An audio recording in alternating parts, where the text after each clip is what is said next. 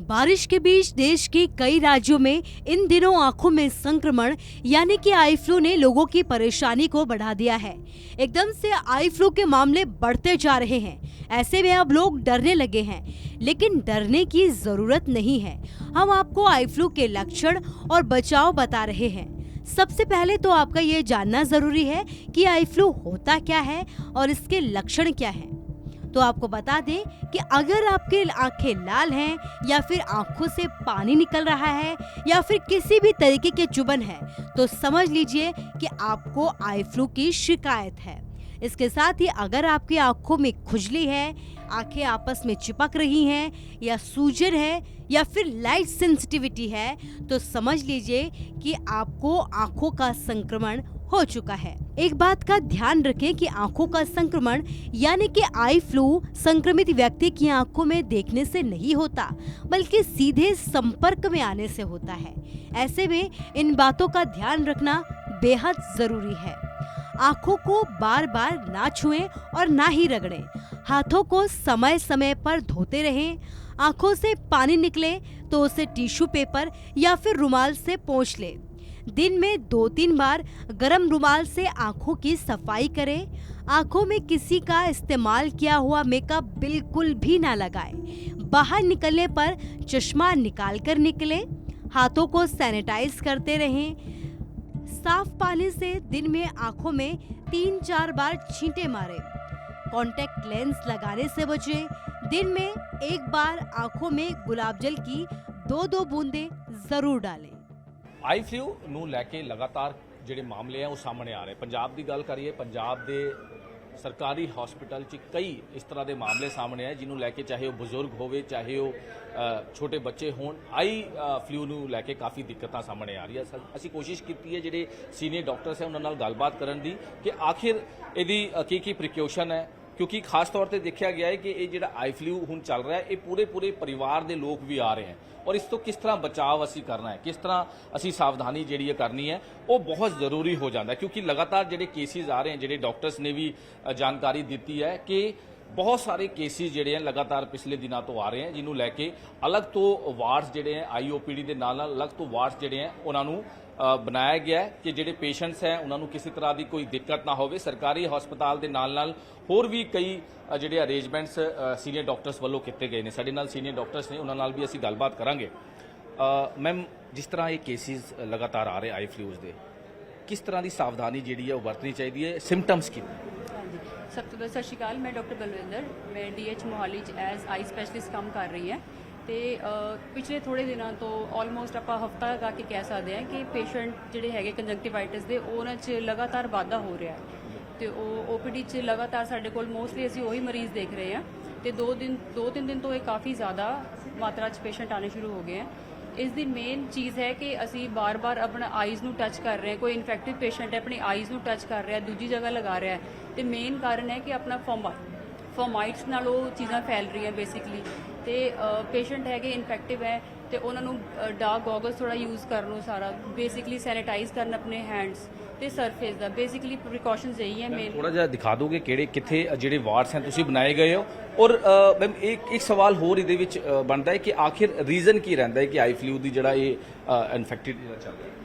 Basically reason यही है कि बहुत ही कंटेजियस डिजीज़ है बेसिकली कि अगर एक फैमिली किसी एक मैंबर हो रहा है तो वो सारे इन्फेक्शन कर रहा है तो whole of the families they are coming to for treatment साढ़े को ਤੇ ਮੇਨਲੀ ਇਸ ਲਈ ਅਸੀਂ ਫਿਰ ਇੱਕ ਸੈਪਰੇਟ ਸੈਕਸ਼ਨ ਸਟਾਰਟ ਕੀਤਾ ਹੈ ਕਿ ਪੇਸ਼ੈਂਟ ਹੈ। ਹਾਂਜੀ, ਇਹ IOPD ਲਈ ਅਸੀਂ ਅੱਜ ਸਟਾਰਟ ਕੀਤਾ ਹੈ ਤੇ ਇਹਦੇ ਵਿੱਚ ਬੇਸਿਕਲੀ ਅਸੀਂ ਜਿਹੜੇ ਇਨਫੈਕਸ਼ਨ ਵਾਲੇ ਰੈੱਡ ਆਈ ਵਾਲੇ ਪੇਸ਼ੈਂਟ ਹੈ ਬੇਸਿਕਲੀ ਉਹ ਅਸੀਂ ਕਮਰੇ 'ਚ ਡਾਇਰੈਕਟਲੀ ਇੱਥੇ ਡੀਲ ਕਰ ਰਹੇ ਹਾਂ ਤਾਂ ਕਿ ਬਾਕੀ ਸਾਰੇ ਅਸੀਂ ਸੈਪਰੇਟ ਰੱਖ ਸਕੀਏ ਪੇਸ਼ੈਂਟਸ ਨੂੰ। ਠੀਕ ਹੈ ਮੈਮ, ਸਿੰਪਟਮਸ ਜੇ ਆਪਾਂ ਗੱਲ ਕਰੀਏ ਕਿ ਸਿੰਪਟਮਸ ਕਿਸ ਤਰ੍ਹਾਂ ਦੇ ਹੁੰਦੇ ਨੇ? ਕਿ ਬੇਸਿਕਲੀ ਪੇਸ਼ੈਂਟ ਨੂੰ ਰੈੱਡ ਆਈ ਨਾਲ ਹੀ ਸਾਰੇ ਪੇਸ਼ੈਂਟ ਆ ਰਹੇ ਹੈ, ਥੋੜਾ ਡਿਸਚਾਰਜ ਹੈਗਾ ਤੇ ਵਾਟਰਿੰਗ ਹੈਗੀ, ਥੋੜਾ ਪੇਨ ਕਹਿ ਲਓ ਆਪ। ਠੀਕ ਹੈ ਤੇ ਬੇਸਿਕਲੀ ਬਟ ਅੱਛਾ ਪੁਆਇੰਟ ਇਹ ਹੈ ਕਿ 2-3 ਦਿਨ 'ਚ ਪੇਸ਼ੈਂਟ ਐਂਟੀਬਾਇਓਟਿਕ ਵਗੈਰਾ ਆਪਾਂ ਦੇ ਰਹੇ ਹਾਂ ਤੇ CMC ਜੋ TS ਵਗੈਰਾ ਦੇ ਰਹੇ ਉਹਦੇ ਨਾਲ ਸੈਟਲ ਹੋ ਰਹੇ ਹੈ। ਥੋੜੇ ਬਹੁਤ ਪੇਸ਼ੈਂਟ ਹੈ ਜਿਹੜੇ ਵਾਇਰਲ ਹੈ, ਥੋੜੇ ਜ਼ਿਆਦਾ ਉਹਨਾਂ ਨੂੰ ਟ੍ਰੀਟਮੈਂਟ ਚਾਹੀਦੀ ਤੇ ਉਹਨਾਂ ਨੂੰ ਫਿਰ ਆਪਾਂ ਸੈਪਰੇਟ ਕਰਕੇ ਕਲੋਜ਼ਲੀ ਫੋਲੋ ਅਪ ਕਰਕੇ ਉਹਨਾਂ ਨੂੰ ਮੈਨੇਜ ਕਰ ਰਹੇ ਹਾਂ। ਉਹਨਾਂ ਨੂੰ ਵੀ ਪ੍ਰੋਬਲਮ ਹੈ ਜਿਨ੍ਹਾਂ ਦੀ ਅੱਖ ਪਹਿਲਾਂ ਤੋਂ ਖਰਾਬ ਹੈ, ਕਿਸੇ ਦਾ ਆਪਰੇਸ਼ਨ ਹੋਇਆ ਉਹਨਾਂ ਨੂੰ? ਨਹੀਂ, ਇਹ ਮਿਕਸਡ ਪਿਕਚਰ ਹੈ, ਇਹਦੇ 'ਚ ਆਪਾਂ ਡਿਸਟਿੰਗੁਇਸ਼ ਨਹੀਂ ਕਰ ਸਕਦੇ ਬਿਕੋਜ਼ ਇਟ ਇਜ਼ ਕੰਟੇਜੀਅਸ ਓਨਲੀ ਤੇ ਆਪਾਂ ਨੂੰ ਬੇਸਿਕਲੀ ਇਹ ਹੈ ਕਿ ਪ੍ਰੀਕਾਸ਼ਨਸ ਹੀ ਲੈਣੀਆਂ ਪੈਣੀਆਂ ਮੇਨਲੀ। ਪ੍ਰੀਕਾਸ਼ਨਰੀ ਕਿਸ ਤਰ੍ਹਾਂ ਦੀ ਜੀ ਆਪਾਂ प्रिकॉशंस मेनली है कि बस आईज को अपने फेस पे टच नहीं करना बेसिकली। ਤੇ ਦੂਜਾ ਚੀਜ਼ ਹੈਗਾ ਕਿ ਤੁਹਾਡੇ ਫੋਮਾਈਡਸ ਹੈ ਤੇ ਉਹ ਤੁਸੀਂ ਇੱਕ ਦੂਜੇ ਦੇ ਟੱਚ ਨਹੀਂ ਕਰਨੇ, ਯੂਜ਼ ਨਹੀਂ ਕਰਨਾ।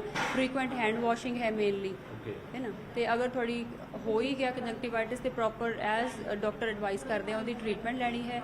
ਤੇ ਬਾਕੀ ਆਪਣੇ ਥੋੜੇ ਹੈਂਡਸ ਨੂੰ ਸੈਨੀਟਾਈਜ਼ ਕਰਦੇ ਰਹਿਣਾ ਤੇ ਗੋਗਲਸ ਯੂਜ਼ ਕਰ ਲਓ ਪ੍ਰੈਫਰੇਬਲੀ, ਤਾਂ ਕਿ ਆਈਜ਼ ਤੇ ਬਾਰ-ਬਾਰ ਅਸੀਂ ਟੱਚ ਨਾ ਕਰੀਏ। ਤੇ ਮੈਮ ਏਜ ਲਿਮਿਟ ਵੀ ਇਹਦੇ ਵਿੱਚ ਹੈਗੀ ਹੈ ਕਿ ਜ਼ਿਆਦਾਤਰ ਛੋਟੇ ਬੱਚੇ ਜਾਂ ਫਿਰ ਬਜ਼ੁਰਗ ਜਾਂ ਇਸ ਤਰ੍ਹਾਂ ਦੀ? ਨਹੀਂ, ਮਿਕਸਡ ਪਿਕਚਰ ਹੈ ਇਹਦੇ ਚ। ਮੋਸਟਲੀ ਹੈ ਕਿ ਅਗਰ ਫੈਮਿਲੀ ਚ ਇੱਕ ਮੈਂਬਰ ਨੂੰ ਹੋ ਰਿਹਾ ਤੇ whole of the family is getting involved. ਤੇ ਮੈਮ ਇਹ ਟੱਚ ਕਰਨ ਨੂੰ ਹੋ ਰਿਹਾ ਕਿਉਂਕਿ ਜਿੱਦਾਂ ਤੁਸੀਂ ਕਿਹਾ ਕਿ ਇੱਕ ਮੈਂਬਰ ਨੂੰ ਹੋ ਗਿਆ ਤਾਂ ਸਾਰੇ ਫੈਮਿਲੀ ਸਾਰਿਆਂ ਨੂੰ ਬੇਸਿਕਲੀ ਟੱਚ ਨਾਲ ਹੀ ਹੋ ਰਿਹਾ ਕਿ ਅਗਰ ਅਸੀਂ ਆਪਣੇ ਹੱਥ ਇਨਫੈਕਟਿਵ ਪੇਸ਼ੈਂਟ ਦੇ ਲਗਾ ਰਹੇ ਹਾਂ ਤੇ ਉਹ ਹੀ ਆਈ ਆਪਣਾ ਆਈ ਤੇ ਟੱਚ ਕਰ ਰਹੇ ਹਾਂ, ਹੈ ਨਾ। ਤੇ ਉਹ ਅਗਰ ਆਪਣੇ ਟਾਵਲ ਯੂਜ਼ ਕਰ ਲਿਆ, ਹੈਂਕੀ ਯੂਜ਼ ਕਰ ਲਿਆ, ਤੇ ਬੇਸਿਕਲੀ ਆਪਣੀ ਸਿਰਫ ਹੈਂਡ ਹਾਈਜੀਨ ਹੈਗਾ ਤੇ ਆਪਣਾ ਆਈਜ਼ ਨੂੰ ਆਪਾਂ ਟੱਚ ਨਾ ਕਰੀਏ।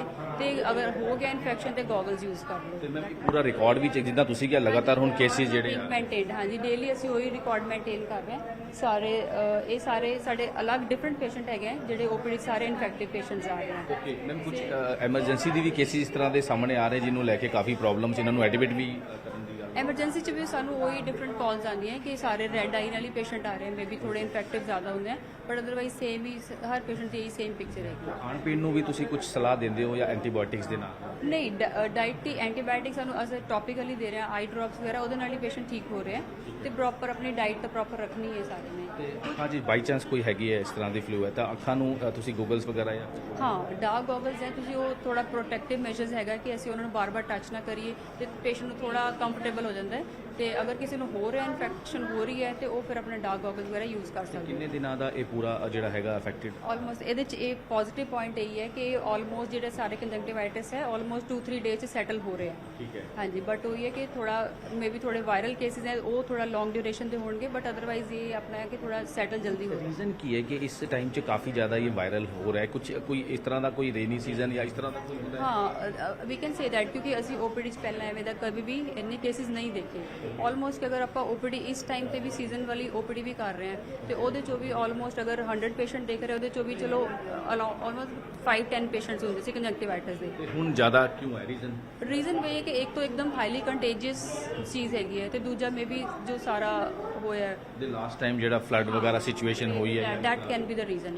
Yes that can be. ਜ਼ਿਆਦਾਤਰ ਕੇਸਿਸ ਜਿਹੜੇ ਹੈਗੇ ਕੋਈ ਸਲਮ ਏਰੀਆ ਦਾ ਜਾਂ ਮਿਕਸੀ ਜਿਹੜੇ मिक्स पिक्चर है, मिक्स पिक्चर एक्चुअली इसमें मतलब स्लम्स में तो वही है ना कि अगर अब they are in closed area तो वो तो पूरे इनफेक्ट हो ही रहे हैं बेसिकली। तो urban areas also not spared, ਉਹਦੇ ਚ ਵੀ ਆ ਹੀ ਰਹੇ ਆ ਸਾਰੇ ਪੇਸ਼ੈਂਟ। ਹਾਂਜੀ ਤੇ ਬਿਲਕੁਲ ਜਿੱਦਾਂ ਸੀਨੀਅਰ ਡਾਕਟਰਸ ਵੱਲੋਂ ਜਾਣਕਾਰੀ ਦਿੱਤੀ ਗਈ ਹੈ ਕਿ ਬਹੁਤ ਜ਼ਰੂਰੀ ਹੈ ਕਿ ਤੁਸੀਂ ਕਿਸ ਤਰ੍ਹਾਂ ਸਾਵਧਾਨੀ ਲੈਣੀ। ਔਰ ਦੂਜੀ ਗੱਲ ਜਿਹੜੇ ਇੱਕ ਬੰਦੇ ਦੇ ਕਿਸੇ ਪਰਿਵਾਰ ਦੇ ਹੋਇਆ ਹੈ ਤਾਂ ਤੁਸੀਂ ਬਹੁਤ ਧਿਆਨ ਰੱਖਣਾ ਕਿਉਂਕਿ ਪੂਰੇ ਪਰਿਵਾਰ ਨੂੰ ਹੋ ਸਕਦਾ ਹੈ ਟੱਚ ਕਰਨ ਤੇ ਬਾਰ-ਬਾਰ ਜਿਹੜਾ ਤੁਹਾਨੂੰ ਲੱਗ ਰਿਹਾ ਹੈ ਕਿ ਆਈਸ ਦੀ ਪ੍ਰੋਬਲਮ ਹੈ ਜਾਂ ਰੈੱਡ ਹੋ ਰਹੀ ਆਈ ਤਾਂ ਤੁਸੀਂ ਬਾਰ-ਬਾਰ ਟੱਚ ਨਾ ਕਰੋ। ਇਹ ਬਹੁਤ ਜ਼ਰੂਰੀ ਹੈ। ਨਾਲ ਦੇ ਨਾਲ ਤੁਸੀਂ ਡਾਕਟਰਸ ਨੂੰ ਕੰਸਲਟ ਕਰੋ।